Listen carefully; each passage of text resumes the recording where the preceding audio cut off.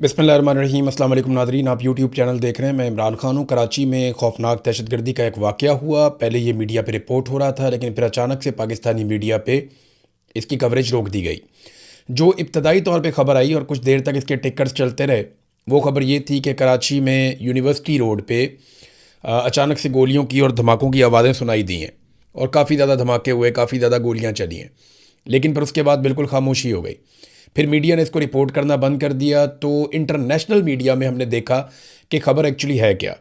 तो अब तक जो इन्फॉर्मेशन मिली है उसके मुताबिक कराची में यूनिवर्सिटी रोड पे रेंजर्स पे अटैक किया गया दहशतगर्दों की जानिब से, और रेंजर्स ने इस हमले को नाकाम बनाया अब तक की इतला के मुताबिक। लेकिन इसमें जो हमला आवर था, अब ये कहा जा रहा है कि शायद ये खुदकुश हमला आवर था। फायरिंग भी हुई है। फायरिंग देखें, जब खुदकुश धमाका भी हो जाए तो उसके बाद भी फायरिंग होती रहती है। सिक्योरिटी फोर्सेस अपनी सिक्योरिटी के लिए भी फायरिंग करती हैं। अभी हकीकत क्या है, हालात क्या हैं, वहाँ से कुछ रिपोर्ट नहीं हो रहा, क्योंकि पाकिस्तान में एक नया तरीक़ाकार है कि दहशतगर्दी को अगर आपने कम दिखाना है तो आप दहशतगर्दी के वाक़यात को रिपोर्ट ही ना कर दें। दुनिया भर में ऐसा नहीं होता। अमेरिका में, यूरोप में, बरतानिया में, कहीं पे भी दहशतगर्दी का कोई भी वाक़या हो, फ़ौरी तौर पे लोग उसे रिपोर्ट करते हैं। बड़े पैमाने पर वो रिपोर्ट होता है ताकि इस तरह के वाक़यात का सद्देबाब किया जा सके। लेकिन पाकिस्तान में अब नया तरीका ढूंढा गया है कि अगर दहशतगर्दी हो रही है तो आपने दहशतगर्दी को रिपोर्ट नहीं करना। इंडिया में अगर दहशतगर्दी का एक वाक़या होता है तो पूरी दुनिया में रिपोर्ट करते हैं, वो बताते हैं कि इसके पीछे कौन था, फिर वो उसके पीछे भी आते हैं। लेकिन पाकिस्तान के अंदर दहशतगर्दी के वाक़यात होते चले जा रहे हैं और अब हल ये निकाला गया कि आप रिपोर्ट ही ना करें। रोज़ाना की बुनियाद पर बलूचिस्तान में दहशतगर्दी हो रही है, रोज़ाना की बुनियाद पर कबायली इलाकों में दहशतगर्दी हो रही है, रोज़ाना की बुनियाद पर ड्रोन्स आकर लग रहे हैं, लेकिन रिपोर्ट नहीं किया जा रहा, बताया नहीं जा रहा। ये एक हिकमत अमली हो सकती है। देखें ना, अभी एक खबर चलाई गई थी कि ISI ने मोसाद की साजिश को पकड़ लिया स्विट्ज़रलैंड में। यानी देखें ना कितना बड़ा कारनामा है। और ये जो खबर छपी है ये पाकिस्तानी सोर्सेज से ही छपी है।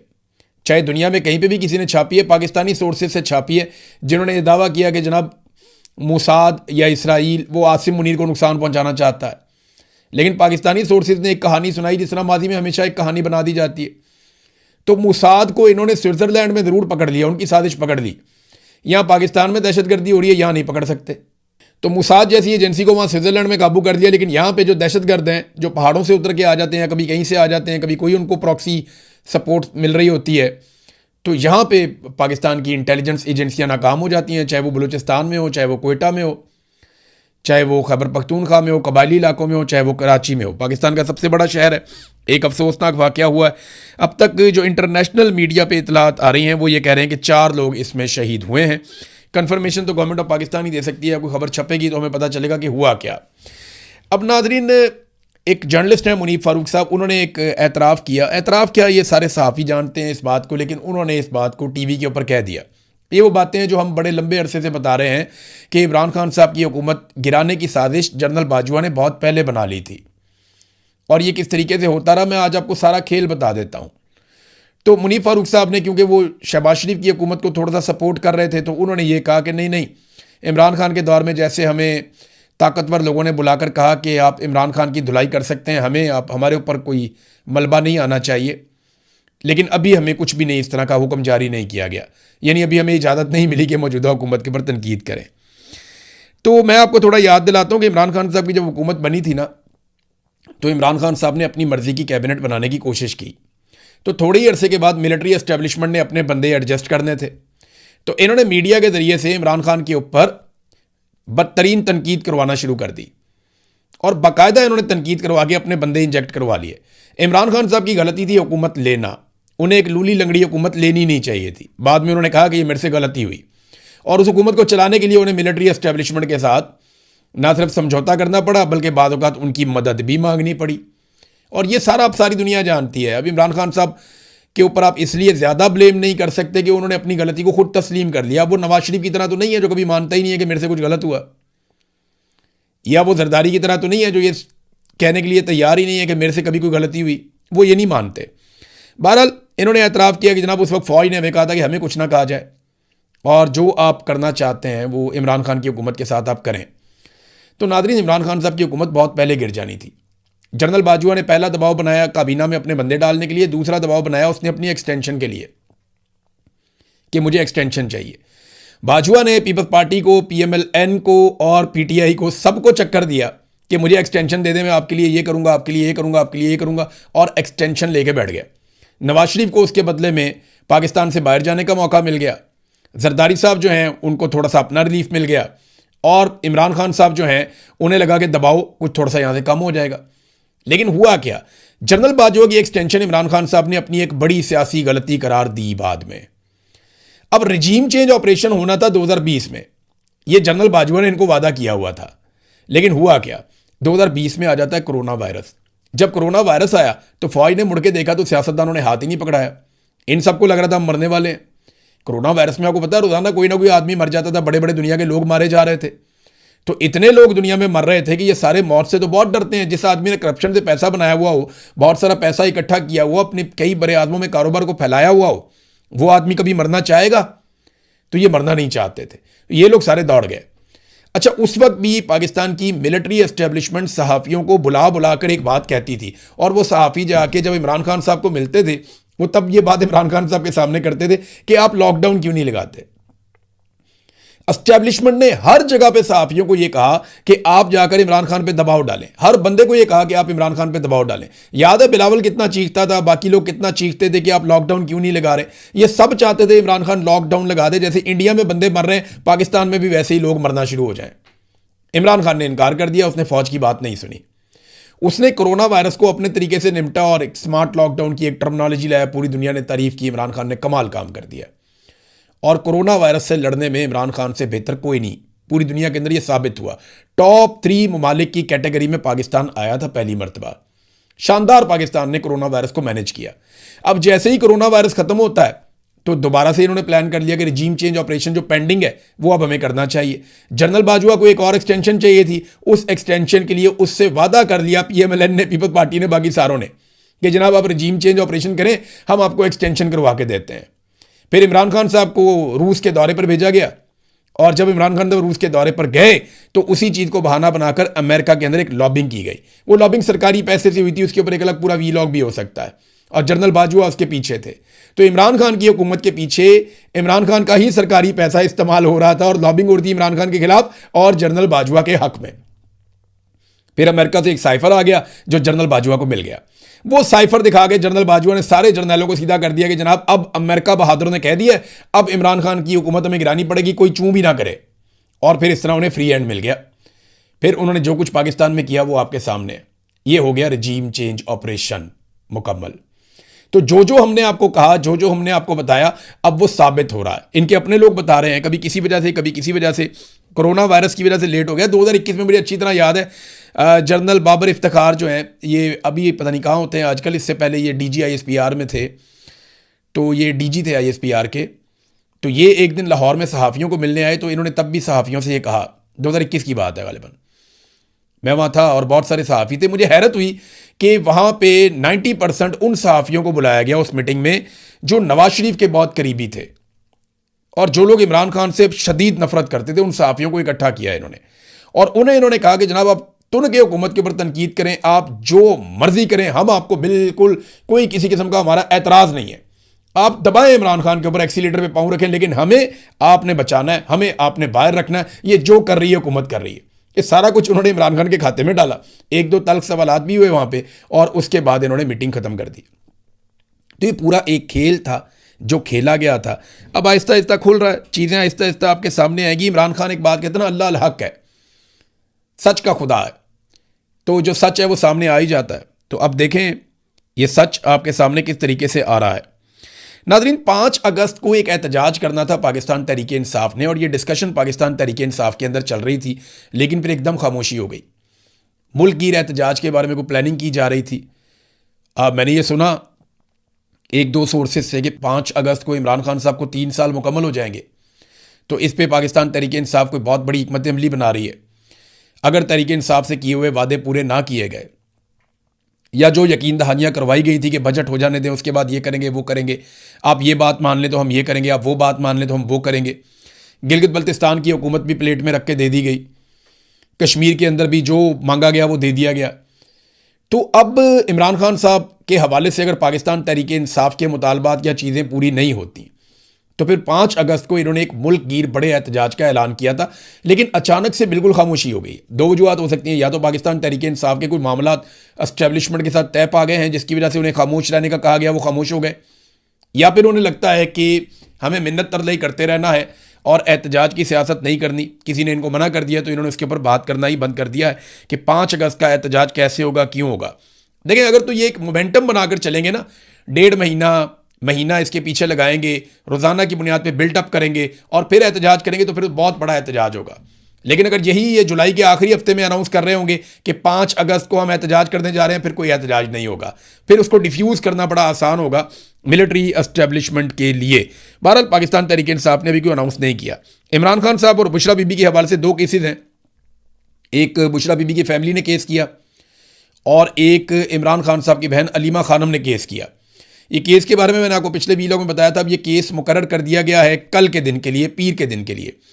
29 जून को इस केस की समाअत होगी और इसकी जो समाअत है वो जस्टिस खादम हुसैन सोमरू करेंगे और केस मुबशरा खावर मानिका और अलीमा खानम, इन दोनों ने ये केस किए हुए हैं। ये 2 मुकदमात हैं और कैद तन्हाई के खिलाफ ये मुकदमात हैं।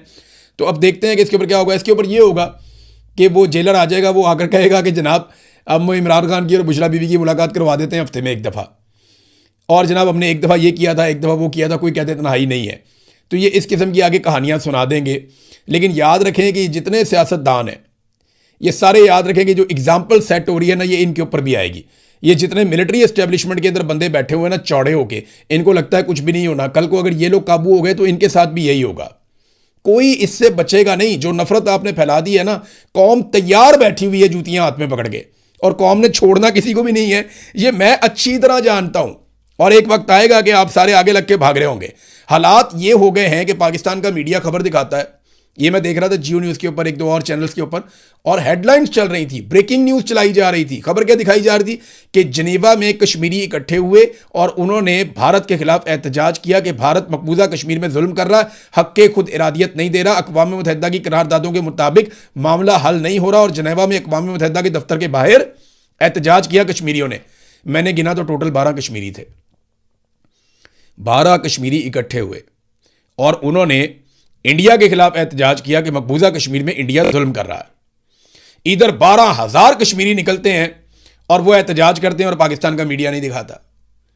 और चलो 12,000 ना मानो, 1200 तो मान लो ना। 12 बंदों की खबर आप चला रहे हैं हेडलाइन के अंदर इंडिया के खिलाफ, लोग कह रहे हैं कि हमसे हमारा हक छीना जा रहा है।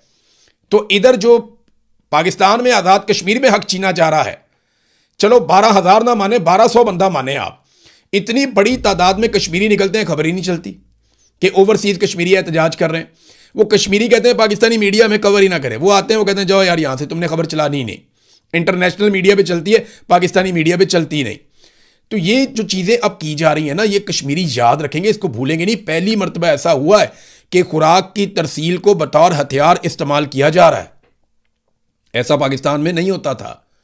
जो खुराक की तरसील है, जो खुराक जाती है आज़ाद कश्मीर में, उसको बतौर हथियार इस्तेमाल किया जा रहा है। बीबीसी ने खबर दी, इन्होंने तरदीद की। उसके बाद से लेकर अब तक दर्जनों वीडियो आ चुकी हैं जो ये बता रही हैं कि जगह जगह पे ट्रक खड़े हुए हैं, जगह जगह पे माल खड़ा हुआ है, खुराक को आज़ाद कश्मीर में जाने नहीं दिया जा रहा। कोशिश कर रहे हैं कि लोगों की खुराक बंद हो जाए और वो दबाव में आ जाए। और ये काम हो कब रहा है? मुहर्रमुल हराम के महीने में। तो करने वाले ज़रा अपने गिरेबान में खुद ही झांक लें। नाज़रीन, मारंग बलोच साहिबा की किरदार कुशी की जा रही है, लगातार की जा रही है। मारम लांगू कह के उन्हें मुखातिब किया जाता है, उन्हें दहशतगर्दों के साथ जोड़ा जाता है। ये सख्त ज़्यादती है। देखें, मैं आपको एक चीज़ बताता हूँ, वो कहती क्या है। मारंग बलोच ने ये नहीं कहा कि हम दहशतगर्दी करेंगे, हम बम चलाएंगे, हम गोली चलाएंगे, हम किसी को जान से मार देंगे। नहीं, उसने कभी इसकी हमायत नहीं की। मारंग बलोच ने कहा कि अगर आपने दहशतगर्दों को या उनसे जुड़े हुए लोगों को पकड़ना है, आप आते हैं, आप बलूचिस्तान में किसी के भी घर में घुस जाते हैं, वहाँ से किसी को भी आप उठाकर ले जाते हैं, उसको टॉर्चर करते हैं, उसको जबरी तौर पे लापता करते हैं, फिर उसकी मशक़शुदा लाश आप फेंक के चले जाते हैं। आप ये ना करें। आपने जिसको गिरफ्तार करना है कानून के मुताबिक गिरफ्तार करें, अदालत के अंदर पेश करें, मुकदमा चलाएं, अगर जुर्म किया है तो सज़ा दें। वो मांगते क्या हैं? वो अपने लिए स्कूल मांगते हैं, कॉलेज मांगते हैं, फैक्ट्रियाँ मांगते हैं, सड़कें मांगते हैं, इंफ्रास्ट्रक्चर मांगते हैं, गैस मांगते हैं, बिजली मांगते हैं, इंटरनेट मांगते हैं। वो अपने लिए जदीद तालीम और जदीद सहूलियात मांगते हैं जो सारी दुनिया में शहरियों को मिलती हैं। अब वो चीज़ें आप उन्हें देते नहीं हैं। देखें, अगर उन्हें तालीम मिल जाएगी, उन्हें सेहत की सहूलियात मिल जाएंगी, उन्हें सड़कें मिल जाएंगी, उन्हें इंफ्रास्ट्रक्चर मिल जाएगा, तो वो क्या कहेंगे? वो यही कहेंगे ना कि ये हमारे वसाइल हैं, ये मादनियात हमारे हैं, ये हम बेचेंगे। बस यहीं पे आगे असल फड्डा हो जाता है। बलूचिस्तान को नाखवानदा रखा गया, जानबूझकर बलूचिस्तान के लोगों को पीसा गया, बलूचिस्तान के अंदर डिवीजन पैदा की गई, बलूचिस्तान में लोगों को आपस में लड़वाया गया, बलूचिस्तान के अंदर दहशतगर्दी को सपोर्ट किया गया और उसके नतीजे में वहां से मादनियात निकाले गए। मुझे तो यही बात समझ आती है। और बलूचिस्तान के बजट को जिस तरह खाया गया, ऐसे दुनिया की तारीख में कभी हमने नहीं सुना कि किसी सूबे के अंदर इतनी दो नंबरी हुई हो जितनी हमने बलूचिस्तान में होते हुए देखी है। नादरीन, जियो न्यूज़ के हवाले से खबर है, उनकी नशरियात 15 दिन के लिए मुअत्तल की गई हैं क्योंकि मजहबी नुक्ता नज़र से उन्होंने कुछ ऐसा कंटेंट चला दिया जिससे लोगों के जज्बात जो हैं उनको ठेस पहुंची। अब मेरी गुजारिश जो है ना वो तमाम लोगों से है। कुछ लोगों को मैं सोशल मीडिया पे देख रहा था कि उन्होंने भी गैर जिम्मेदारी का मुजाहरा किया। अब ये एक मेन स्ट्रीम मीडिया, बल्कि पाकिस्तान का एक सबसे बड़े मीडिया में से एक है जियो न्यूज़, तो सबको ना जिम्मेदारी का एहसास करना चाहिए। और यहाँ पे मैं ये नहीं कहूँगा कि कोई भी जो है वो गुस्ताख है या कोई भी जो है उसने ब्लास्फेमी की है, नहीं, नीयत किसी की भी नहीं होती। ये जियो न्यूज़ के लोगों को, इनके मालिकान को मैं अच्छी तरह जानता हूँ। ये ऐसे नहीं है कि मज़हब के दुश्मन हो, या ये ऐसे नहीं है कि जानबूझ के इन्होंने कोई ऐसी हरकत की है। गलती हो जाती है, लेकिन मेरे ख्याल में ज़्यादा मोहतात रहना चाहिए। ख़ास तौर पे देखें, मैं जियो को तो खुद उनकी एक बहुत बड़ी उनकी टीम है, वो इन चीज़ों को खुद ही मैनेज बेहतर कर सकते हैं, और कहाँ पे गलती हुई वो उस गलती को पकड़ भी लेंगे और वो उसके ऊपर जहाँ लोगों की दिलादारी हुई वहाँ माजरत भी करेंगे। तो ये जियो का तो एक केस ही अलग है। लेकिन बहुत सारे लोग सोशल मीडिया के ऊपर गैर जिम्मेदारी का मुजाहरा करते हैं, लोगों की दिलादारी होती है। अगर आपका कंटेंट इंटरटेनमेंट का है या इंफोटेनमेंट का है या आपका कंटेंट न्यूज़ से रिलेटेड है, तो आप वही काम करें। जब मज़हब में आपकी एक्सपर्टीज़ नहीं है, जब आप ज़्यादा जानते नहीं हैं, तो फिर उसके अंदर आप दखलंदाजी ना करें। जब आप ऐसी चीज़ के अंदर आते हैं जिससे लोगों के जज्बात जुड़े हुए हैं और वहाँ पे आप कोई ऐसी बात कह देते हैं जिससे लोगों के जज्बात भड़क जाते हैं, तो आप अपने आप को ना सिर्फ खतरे में डाल रहे होते हैं बल्कि आप मुआशरे में एक तकसीम पैदा कर रहे होते हैं। तो मेरी सारे लोगों से गुजारिश है कि इस किस्म का कंटेंट बनाते हुए बड़े मोहतात रहा करें और ऐसी बात ना करें जिससे तफरका पैदा हो, जिससे इख्तलाफात पैदा हो। वो बात करें जिससे लोग इकट्ठे हो जाएं, जिससे लोगों में प्यार और मोहब्बत पैदा हो। तो तफरका और इख्तलाफ पैदा नहीं करना चाहिए। अभी मैं नहीं समझता हूं कि ये जियो के मालिकान या कोई बड़ा आसान है उनके ऊपर इल्ज़ाम लगाना, उनके ऊपर सारे चढ़ाई कर दें। नहीं, मेरा नहीं ख्याल कि जानबूझकर कोई भी ऐसा करेगा। गलती हो जाती है, गलती की गुंजाइश भी होती है, तो वहाँ पे माफ़ी की गुंजाइश भी रहनी चाहिए। बहरहाल ये अब स्टेट ने उनके जो टीवी चैनल है उसकी नशरियात 15 दिन के लिए मुअत्तल की हैं। मैं उम्मीद करता हूँ ये मामला ठीक तरीके से हल हो जाएगा। और यहाँ नाज़रीन, ना तो मैं जियो की सपोर्ट कर रहा हूँ तो ना मैं उनकी मुखालफत कर रहा हूँ। जो हुआ वो स्टेट ने, जो रियासती इदारा है, उसने इस मामले को देखा और उसके मुताबिक उसके ऊपर एक पाबंदी लगाई। अब मेरे ख्याल में ये तय कर लिया जाएगा, वो बेहतर अंदाज है। और कोई भी ऐसी चीज़ हो, किसी को भी कहीं पे भी कानून हाथ में नहीं लेना चाहिए। मेरी एक मरतबा फिर सबसे यही गुजारिश है। मैं हमेशा पहले भी यही कहता था, मैं आज भी यही कहता हूँ कि जब मुल्क में एक कानून मौजूद है तो उसके साथ चीज़ें होनी चाहिए, ना कि कोई कानून हाथ में ले। नाज़रीन, एक और ख़बर जो हम सुन रहे थे कि इमरान खान की किसी एक बहन को ऑफ़र की गई है मुलाकात के लिए, तो इस पे कुछ लोग तबसरे भी कर रहे थे। मैंने अपने तौर पे चेक किया तो वो भी कहानी थी अभी तक। उसके अंदर कोई ऐसी हकीकत नहीं है कि कह दिया गया हो कि आएँ जी मुलाकात करवा देते हैं, ऐसा कुछ नहीं है। ये प्रपोजल्स डिस्कस होते रहते हैं, बातचीत होती रहती है, लेकिन सॉलिड कुछ भी नहीं है।